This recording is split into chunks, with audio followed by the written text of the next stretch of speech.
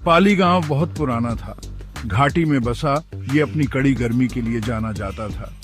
धूप बेरहमी से पड़ती थी, जमीन फट जाती कराहती थी।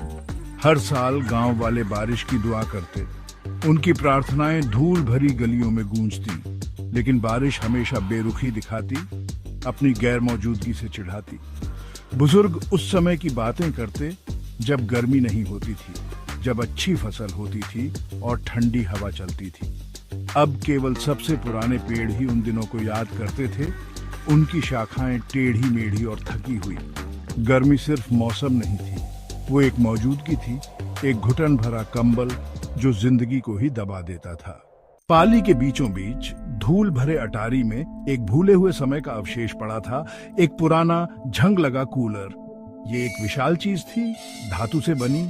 इसका पेंट उखड़ा हुआ और फीका पड़ा था। गांव वाले इसे लोहे का ताबूत कहते थे। वे इसकी उत्पत्ति के किस्से सुनाते थे, पीढ़ी दर पीढ़ी चली आ रही कहानियां। कुछ लोगों का कहना था कि ये एक क्रूर जमींदार का था, जिसका भयानक अंत हुआ था। दूसरों का दावा था कि ये श्रापित था, एक अंधेरे और प्रतिशोधी आत्मा का रास्ता। सच्चाई जो भी हो, लोहे के ताबूत से लोग दूर रहते थे। ये एक मूक प्रहरी की तरह खड़ा था, एक ऐसे अतीत की याद दिलाता था जिसे बिना छेड़े रहना ही बेहतर था। राज अलग था, जवान और मजबूत।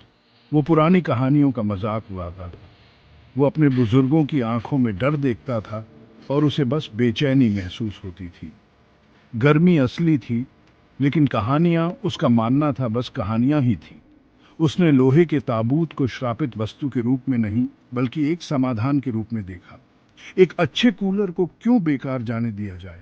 जब एक साधारण मशीन राहत दे सकती है, तो भीषण गर्मी में क्यों तड़पा जाए? उसने अपने बुजुर्गों की चेतावनियों को अंधविश्वास, बीते जमाने की बकवास कहकर खारिज कर दिया। वो उन्हें गलत साबित करने की ठान चुका था।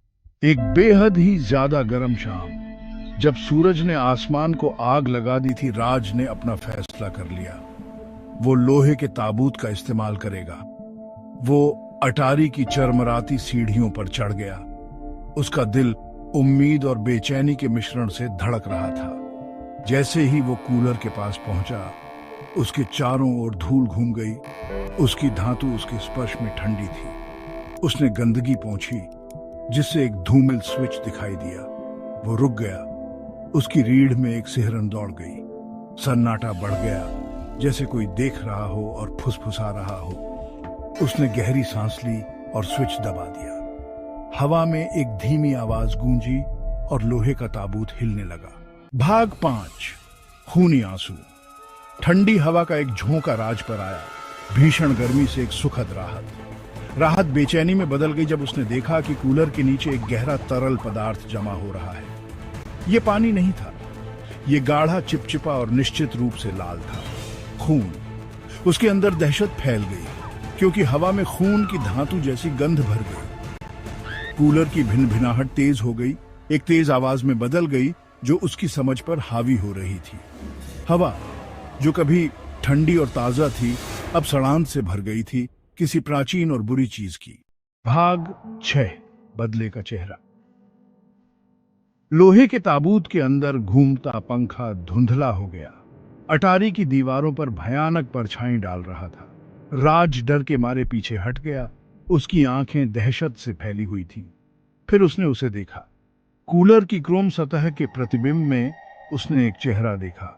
उसका अपना प्रतिबिंब एक भयानक मजाक में बदल गया। उसकी आंखें एक अप्राकृतिक लाल रंग से चमक रही थी, एक ऐसे क्रोध से भरी हुई जिसने उसे हड्डी तक ठंडा कर दिया। प्रतिबिंब कूलर की सतह से बाहर निकला, शुद्ध घृणा की एक आकृति में बदल गया। ये एक ऐसा चेहरा था जो हमेशा की पीड़ा में उकेरा हुआ था। इसकी आवाज एक कर्कश आवाज थी, जो नरक की गहराई से निकलती हुई प्रतीत हो रही थी। भाग 7, एक भयानक खोज। अगली सुबह गांव एक भयानक सन्नाटे में जागा। गतिविधि की सामान्य आवाजें एक अस्थिर शांति से बदल गईं। सूरज, जो आमतौर पर डर का स्रोत होता था, अपनी पहचान में लगभग सुकून देने वाला लग रहा था। चिंता से भरे चेहरों वाले ग्रामीणों का एक समूह राज के घर की ओर चल पड़ा। उन्होंने उसका बेजान शरीर अटारी के फर्श पर पड़ा हुआ पाया। आंखें दहशत से फैली हुई थी। उसकी त्वचा बिल्कुल पीली पड़ चुकी थी। लोहे का ताबूत उसके पास खड़ा था। उसकी ठंडी भिनभिनाहट उस भयावहता की निरंतर याद दिला रही थी जो सामने आई थी। राज के आसपास का फर्श खून से लथपथ था, बदबू असहनीय थी। उसका कभी जीवंत यौवन चला गया था। उसकी जगह एक ऐसी खालीपन ने ले ली जिससे उनकी रीढ़ में ठंडक दौड़ गई। भाग 8। चिता का आलिंगन। गांव में डर छा गया। बुजुर्गों ने, जिनके चेहरे दुख और पछतावे से भरे हुए थे, आखिरकार उन कहानियों को साझा किया जिन्हें उन्होंने इतने लंबे समय तक छुपा कर रखा था। उन्होंने एक तामसिक आत्मा के बारे में बताया जो लोहे के ताबूत में फंसी हुई थी, एक छोटी जिंदगी के लिए प्रतिशोध चाहती थी। उन्होंने खून की उसकी प्यास, जीवित लोगों के लिए उसकी नफरत के बारे में बताया। उस शाम मरते हुए अंगारों के नीचे उन्होंने एक चिता बनाई। लोहे का ताबूत, जिसकी धातु आग की रोशनी में चमक रही थी, एक बुरी ऊर्जा के साथ धड़कता हुआ प्रतीत हो रहा था। जैसे ही आग ने उसे जलाया, गांव वालों ने कसम खाई कि वे चीखें सुन सकते हैं। दर्द और गुस्से से भरी उसकी गहराई से गूंज रही हैं। तामसिक आत्मा की चीखें आखिरकार मुक्त हो गईं। भाग 9। गर्मी में फुसफुसाते हुए। पाली गांव अभी भी बेरहम गर्मियों को सहन करता है। गर्मी एक निरंतर खतरा बनी हुई है, जीवन की नाजुकता की याद दिलाती है। लेकिन लोहे का ताबूत चला गया, आग की लपटों में जल गया। फिर भी डर बना हुआ है। हर गर्मी, जब गर्मी असहनीय हो जाती है, तो गांव वाले राज के किस्से सुनाते हैं। वे उसके संदेह, उसकी अवज्ञा और उसके दुखद भाग्य को याद करते हैं। और वे लोहे के ताबूत को याद करते हैं, एक भयानक याद जो बताती है कि कुछ रहस्य दबे रहना ही बेहतर है समय की रेत में।